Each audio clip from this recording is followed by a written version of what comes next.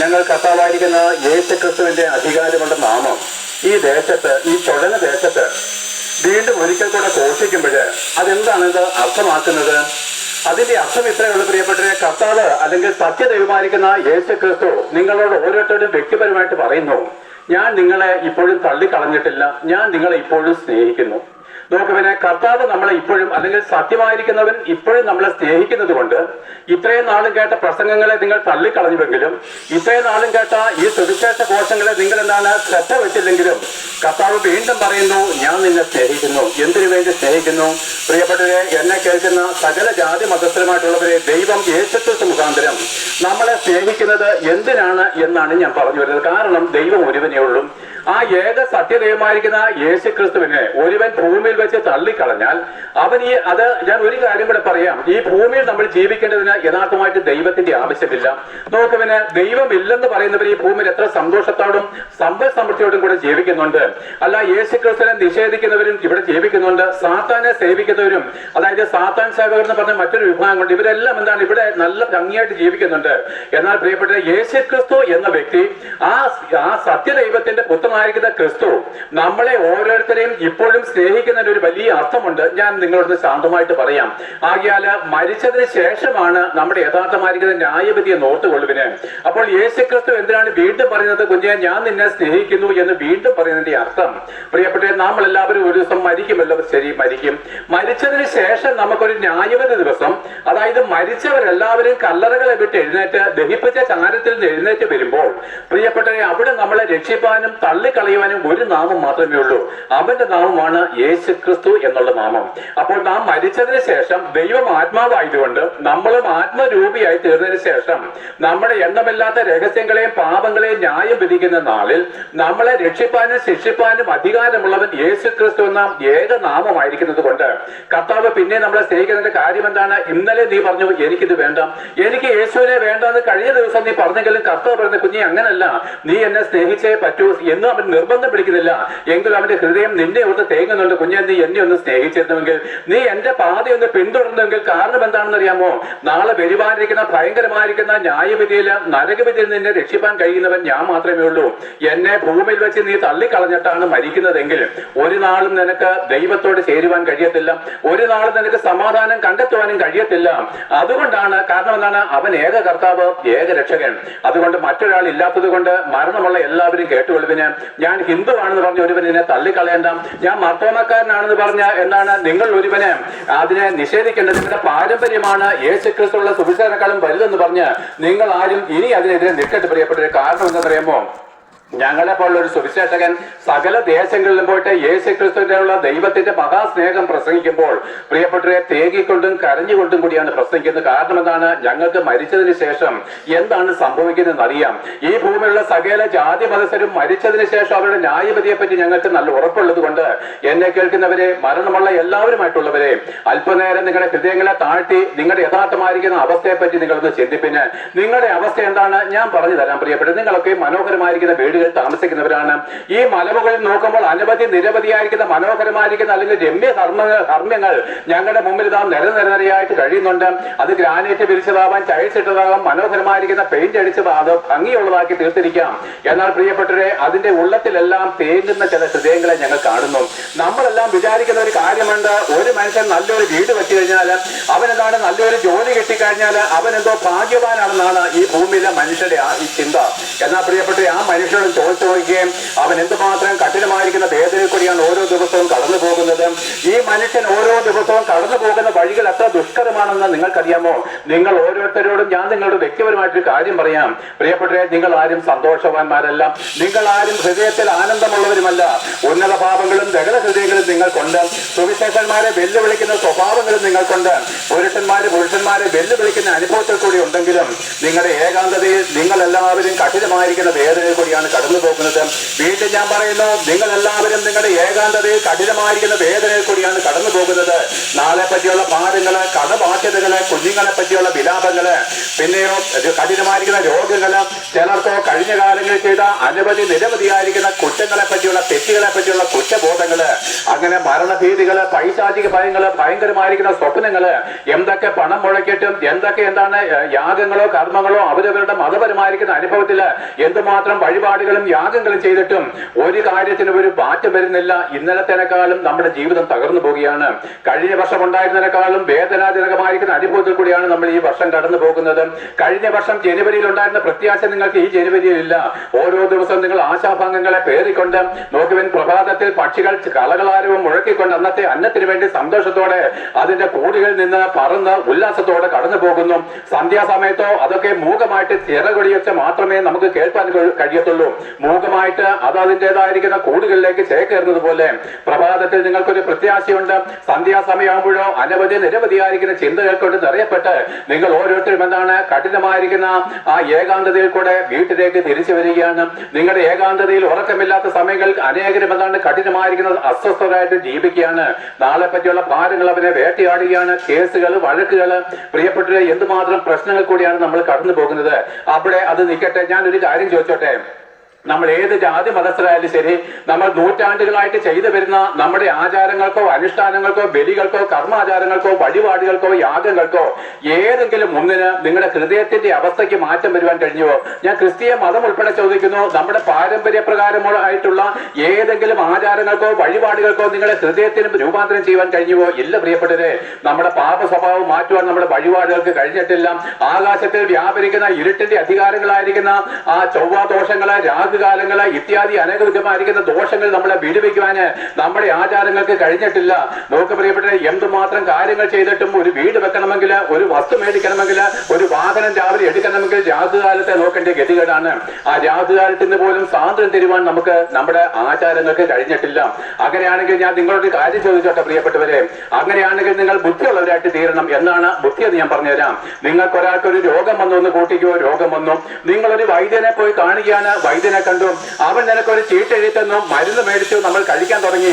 ഈ ചെറിയ രോഗത്തിന് വേണ്ടി നമ്മൾ വർഷങ്ങളായിട്ട് ഇവന്റെ മരുന്ന് കഴിക്കുന്നു, രൂപ കൊടുക്കുന്നു. പക്ഷെ നമ്മുടെ ജീവിതത്തിൽ ഒരു മാറ്റവുമില്ല, വേദനയ്ക്ക് ശമനവും വരുന്നില്ല. അപ്പോൾ ബുദ്ധിയുള്ള നിങ്ങൾ എന്ത് പറയും? ഈ ഡോക്ടറെ കൊള്ളത്തില്ല.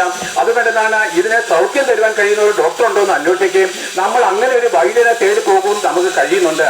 എന്നാൽ നോക്കുവിനെ, നൂറ്റാണ്ടുകളായിട്ട് നമ്മൾ ഇതെല്ലാം ചെയ്തിട്ടും പാപമോചനം നൽകി തരുവാൻ കഴിയാത്ത നമ്മുടെ പിതൃ പാരമ്പര്യങ്ങളെയും നമ്മുടെ പാരമ്പര്യങ്ങളെയും പൈശാചികമായിരിക്കുന്ന ഈ അനുഭവങ്ങളിൽ നിന്നുകൊണ്ട് ക്രിസ്തീയ മതവിശ്വാസികൾ ഉൾപ്പെടെ ഒരിക്കലും പാപമോചനം നേടാതെ പാപികളും ദോഷികളുമായിട്ട് ഈ ഭൂമിയിൽ ദൈവമില്ലാത്തവരായിട്ട് മരിച്ച് നരകാറ്റിലേക്ക് ഒടുങ്ങിപ്പോവുകയാണ്.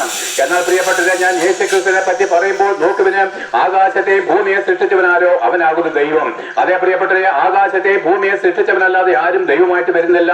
അതുകൊണ്ട് ദൈവത്തിന്റെ വചനമായിരിക്കുന്ന യെശയ്യാവ് പ്രവാചകൻ ഇങ്ങനെ വിളിച്ചു പറഞ്ഞു, ആകാശത്തെയും ഭൂമിയെ സൃഷ്ടിക്കാത്ത ദൈവങ്ങളോ ലോകത്തോടു കൂടെ നശിച്ചു പോകും. ആകിയാൽ നോക്കുവിൻ, ഞാൻ പ്രസംഗിക്കുന്ന യേശുക്രിസ്തു ആരാണ് നിങ്ങൾക്കറിയാമോ? 2000 വർഷങ്ങൾക്ക് മുമ്പ് അവൻ ഭൂമിയിലെ കന്യകയുടെ മകനായിട്ട് ഭൂമിയിൽ ജനിച്ചു. ഇത്ര മാത്രമേ ക്രിസ്തീയ മതവിശ്വാസികൾക്കും അനവധി പേർക്ക് അറിയത്തുള്ളൂ. എന്നാൽ ഈ ക്രിസ്തു ആരാണെന്ന് നിങ്ങൾക്കറിയാമോ പ്രിയപ്പെട്ടവരെ? അതായത് നമ്മൾ ഓരോ ദിവസവും അനുഭവിക്കുന്ന ഈ ഭൂമി, സൂര്യചന്ദ്രൻ, നക്ഷത്രാദികള്, ഭക്ഷണം, വായു, വെള്ളം, വസ്ത്രം, ഇതെല്ലാം നിർമ്മിച്ചാക്കിയത് ഈ ക്രിസ്തുവിനാലത്രേ. അവനാലത്രേ ലോകം ഉണ്ടായി വന്നത്. അതായത് അവനെ പറ്റി വചനം പറയുന്നു, ആദിയിൽ വചനമുണ്ടായിരുന്നു, വചനം ദൈവത്തോടു കൂടിയായിരുന്നു, വചനം ദൈവമായിരുന്നു. അവൻ ആദിയിൽ ദൈവത്തോട് കൂടിയായിരുന്നു, സകലവും അവൻ മുഖാന്തരം ഉളവായതൊന്നും അവനെ കൂടാതെ ഉളവായതല്ല. നോക്കുവിന്, നമ്മളെല്ലാവരും ബുദ്ധി കെട്ടവരാണെന്ന് ഞാൻ പറയാനൊരു കാര്യം പറഞ്ഞു തരാം. അതായത് നമ്മളെല്ലാവരും എല്ലാ കാര്യത്തിലും ജ്ഞാനമുള്ളവരാണ്. രാഷ്ട്രീയം പറഞ്ഞ്, ഇപ്പൊ ട്രംപിനെ പറ്റി പറഞ്ഞ്, അമേരിക്കയെ പറ്റിയും ഗസയെ പറ്റി പറഞ്ഞ് നമുക്ക് അതിനെ പറ്റി എല്ലാം അറിവുണ്ട്. എന്നാൽ പ്രിയപ്പെട്ടവരെ, ആകാശത്തെയും ഭൂമിയെയും സൂര്യനെയും സൃഷ്ടിച്ചവൻ ആരാണെന്ന് ചോദിച്ചാൽ നമുക്ക് ഉത്തരമില്ല. അതേ പ്രിയപ്പെട്ടവരെ, ഈ ദിവസങ്ങളിൽ ഒരു ചെറിയ ഇന്റർവ്യൂ കണ്ടു. ഒരു പയ്യന് ആ തിരുവനന്തപുരം ടൗണിൽ കൂടെ വളരെ വിദ്യാസമ്പന്നായിരിക്കുന്ന ഒരു ചെറുപ്പക്കാരനോട് ചോദിച്ചു, കേരളത്തിന്റെ തലസ്ഥാനം എന്താണെന്ന് ചോദിക്കുന്നു. അവൻ ആകെ വിഷമിക്കുകയാണ്. അവൻ പറഞ്ഞു, എനിക്കറിയത്തില്ല, തിരുവനന്തപുരത്ത് താമസിക്കുന്ന ഒരു മലയാളിയായിരിക്കുന്ന എന്നാണ് MPhilോ MDയോ ഒക്കെ എടുത്തൊരു പയ്യനോട് വെച്ച് കേരളത്തിന്റെ തലസ്ഥാനം എന്ത് അവൻ അറിയത്തില്ല. അയ്യോ, നമുക്ക് പോലും ചിരി വരും. ഇല്ല പ്രിയപ്പെട്ടവരെ, നമ്മൾ 1ാം ക്ലാസ്സിൽ പഠിച്ച കാര്യമാണ്, പക്ഷെ ഇവനിപ്പോഴും അറിയത്തില്ല. അവണ്ണം നോക്കി പിന്നെ നമ്മൾ ജനിച്ച നാൾ മുതൽ അനുഭവിക്കുന്ന ഈ സൂര്യനെ സൃഷ്ടിച്ചത് ആരാണ് നമ്മൾ അന്വേഷിച്ചില്ല, അന്വേഷിക്കാഞ്ഞതുകൊണ്ട് കണ്ടെത്തിയതുമില്ല. എന്നാൽ പ്രിയപ്പെട്ടവരെ, നിങ്ങൾ ബുദ്ധിയുള്ളവരായിട്ട് എന്നാണ് നമ്മൾ കണ്ടെത്തേണ്ടതെന്ന് അറിയാമോ? ഈ ലോകത്തിൽ എന്തുമാത്രം അറിവ് ലഭിച്ചാലും, ഈ ലോകത്തിൽ നമ്മൾ എന്തൊക്കെ നേടിയാലും, എന്നെ സ്നേഹിപ്പാൻ ഒരാൾ ഉണ്ടെന്നുള്ള ഒരു അറിവ് നമുക്കില്ലെങ്കിൽ നമ്മുടെ ജീവിതം ദുസ്സഹമാണ്. ഞാൻ ചോദിക്കട്ടെ പ്രിയപ്പെട്ട, ഞാൻ നിങ്ങളുടെ വ്യക്തിപരമായിട്ട് ചോദിച്ചട്ടെ, നമ്മളൊരു 100 കണക്കിന് ആൾക്കാരെ നമ്മൾ സ്നേഹിക്കുന്നുണ്ട്, തീർച്ചയായിട്ടും സ്നേഹിക്കുന്നുണ്ട്. പക്ഷെ നമ്മുടെ ഹൃദയത്തിന് സ്വസ്ഥതയില്ല, സന്തോഷമില്ല. എന്തുകൊണ്ട്? അതിൽ ഒരുവനെങ്കിലും തിരിഞ്ഞ് ഞാൻ നിന്നെ സ്നേഹിക്കുന്നു എന്നൊരു വാക്ക് നമ്മളോട് പറഞ്ഞാൽ തീർച്ചയായിട്ടും നമുക്ക് നമ്മളെ പറ്റി ഒരു വില വരും. എന്നെ സ്നേഹിപ്പാൻ ഒരുവനുണ്ടല്ലോ, അവിടെയാണ് നമ്മുടെ ഹൃദയം സന്തോഷിക്കുന്നത്. ഈ ഭൂമിയിലുള്ള ആയിരക്കണക്കിന് ജനങ്ങളെ നമ്മൾ അങ്ങോട്ട് സ്നേഹിച്ചാലും നമുക്ക് സന്തോഷിപ്പാൻ കഴിയത്തില്ല. ഒരു വ്യക്തി നമ്മളെ നോക്കി ഞാൻ നിന്നെ സ്നേഹിക്കുന്നു എന്ന് പറഞ്ഞാൽ അത് എത്രമാത്രം സന്തോഷകരമാണ്, എത്രമാത്രം അഭിമാനകരമാണ്. എന്നാൽ എന്താണ്, മനുഷ്യരൊക്കെ അങ്ങനെ പറഞ്ഞാലും അവന്റെ സ്നേഹം തണുത്തു പോകും. നമുക്ക് പ്രിയപ്പെട്ട മാനുഷികമായിരിക്കുന്ന സ്നേഹം നിങ്ങൾ അനുഭവിച്ചിട്ടുണ്ട്. ഒരു തോളിൽ കൈയിട്ടുകൊണ്ട് അളിയാൻ നമ്മൾ ഒന്നിച്ച് ഒരു കുഴിയിലെ ചാകത്തുള്ളത് പറഞ്ഞ സ്നേഹിതന്മാര് നിന്റെ കഷ്ട ദിവസത്തിൽ നിനക്ക് ആശ്വാസമായിട്ട് വന്നില്ല. അതേ, നിങ്ങളെ ഒരു പുരോഹിതന്മാരും നിങ്ങളുടെ ദുഃഖവേളകൾ നിങ്ങളെ ആശ്വസിപ്പിച്ചില്ല. ഞാൻ വീണ്ടും മതഭക്തിയിലേക്കും രാഷ്ട്രീയത്തിലേക്കും നിങ്ങളുടെ ഹൃദയത്തെ കൊണ്ടുവരികയാണ്. എന്റെ പ്രിയപ്പെട്ടവരെ, നിങ്ങൾ ഓരോരുത്തരും ഏതെങ്കിലും ഒരു രാഷ്ട്രീയ പാർട്ടിയുടെ കൊടി പിടിച്ചുകൊണ്ട്, ഏതെങ്കിലും ഒരു നേതാവിന് വേണ്ടി ജയ് വിളിച്ചുകൊണ്ട് ലോകത്തിലെന്താണ് മറ്റുള്ള സഹോദരന്മാരെ വെല്ലുവിളിക്കുകയാണ്. എന്നാൽ നിങ്ങളുടെ അവസ്ഥ എന്താണ്? ഞാനൊരു കാര്യം ചോദിച്ചട്ടെ, നിങ്ങളുടെ കഠിനമായിരിക്കുന്ന വേദന നാളുകളിലും നീ കടം ബാധ്യതയിലായിട്ട് വീട്ടിലെ തകർച്ചയുടെ അനുഭവത്തിലെ രോഗത്തിലും മരണഭീതിയിലുമായിരിക്കുന്ന ഏതെങ്കിലും ഒരു അനുഭവത്തിൽ നീ കൊടി പിടിച്ച് ജയ് വിളിച്ച ഏതെങ്കിലും ഒരു രാഷ്ട്രീയ നേതാവോ അതിന്റെ ഏതെങ്കിലും ഒരു വ്യക്തിയോ വന്നൊരു ആശ്വാസത്തിന്റെ വാക്ക് നിന്നോട് പറഞ്ഞുവോ? ഇല്ല. എന്നിട്ട് നിങ്ങൾ അതിന് കീഴ്പ്പെട്ടിരിക്കുന്നത് ഇത് അടിമത്തമാണ്.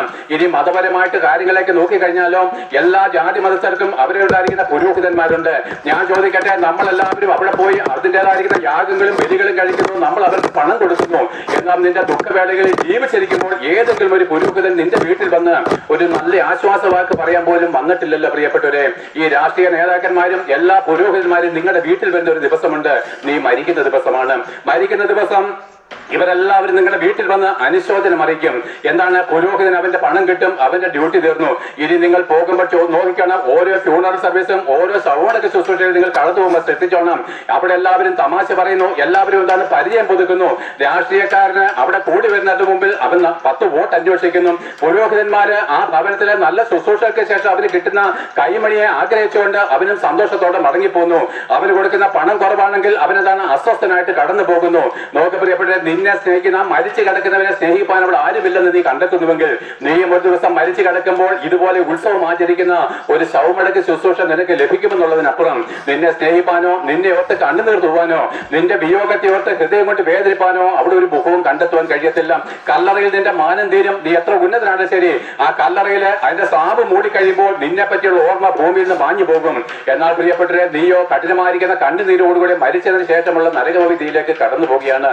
എന്നാൽ നോക്ക് പ്രിയപ്പെട്ടവരെ, ആ രാഷ്ട്രീയ നേതാക്കന്മാരും നമ്മുടെ പുരോഹിതന്മാരും നമ്മുടെ സ്നേഹിതന്മാരും എല്ലാം നമ്മളിങ്ങനെ ഉപേക്ഷിക്കുമ്പോൾ കർത്താവ് പറയുകയാണ്, ഒരമ്മ തന്റെ കുഞ്ഞിനെ ഉപേക്ഷിക്കുമോ? ഒരമ്മ താൻ പ്രസവിച്ച മകനെ മറന്നു കളയുമോ? ഒരു നാളുമില്ല.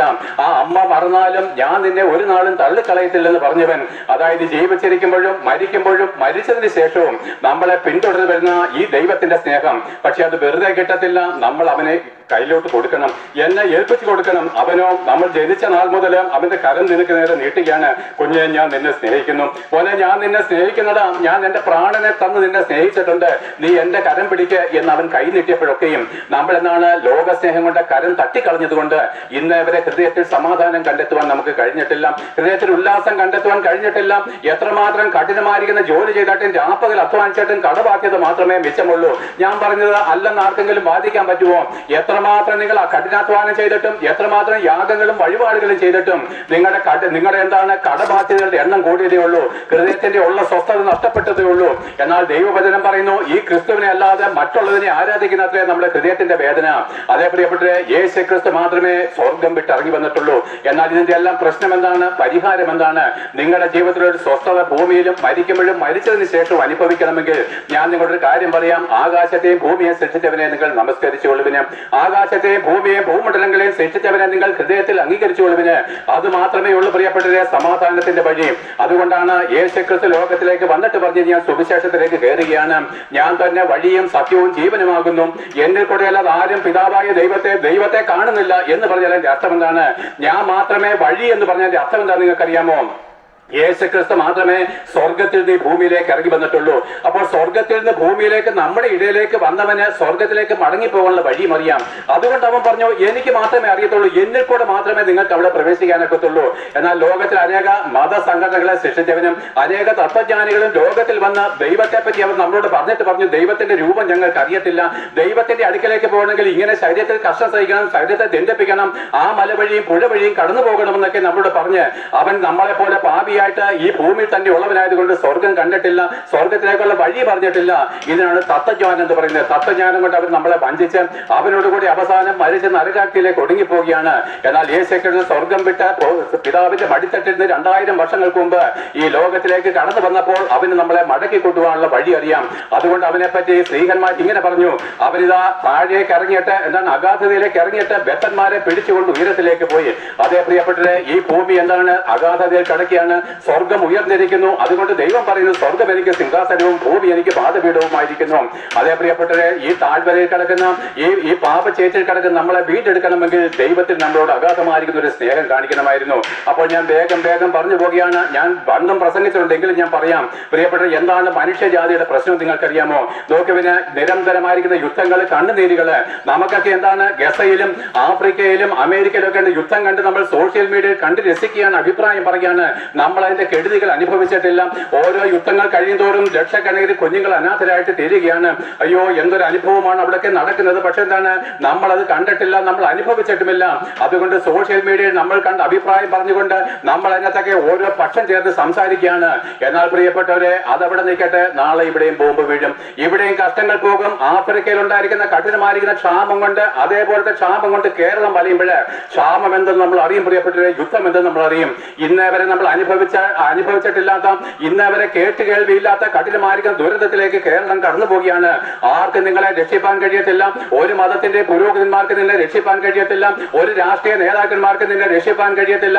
നിന്റെ അലമാരയിലോ ബാങ്കിലോ ഇരിക്കുന്ന ലക്ഷക്കണക്കിനോ കോടിക്കണക്കിനോ ലിക്വിഡ് കറൻസിക്ക് പോലും നിനക്ക് ആശ്വാസം നൽകി തരാൻ കഴിയാത്ത ഭയങ്കരമായിരിക്കുന്ന അനുഭവം ലോകത്തിലേക്ക് കടന്നു വരുവാന് ഇതാ തെക്കിത്തിറക്കുമ്പോഴേ, ഇതാ ദൈവത്തിന്റെ വചനം, യേശുക്രിസ്തുവിന്റെ വചനം ഇങ്ങനെ പറയുന്നു, സഹിഷ്ണുതയെ കുറിച്ചുള്ള എന്റെ വചനം നീ കാത്തതുകൊണ്ട് ലോകമെങ്ങും വരുവാനിരിക്കുന്ന പരീക്ഷാ ദിവസത്തിൽ ഞാൻ നിന്നെ കാക്കും.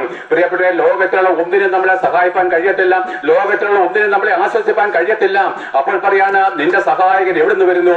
ആകാശത്തെ ഭൂമിയെ സൃഷ്ടിച്ച ഈ കർത്താവിൽ വരുന്നു.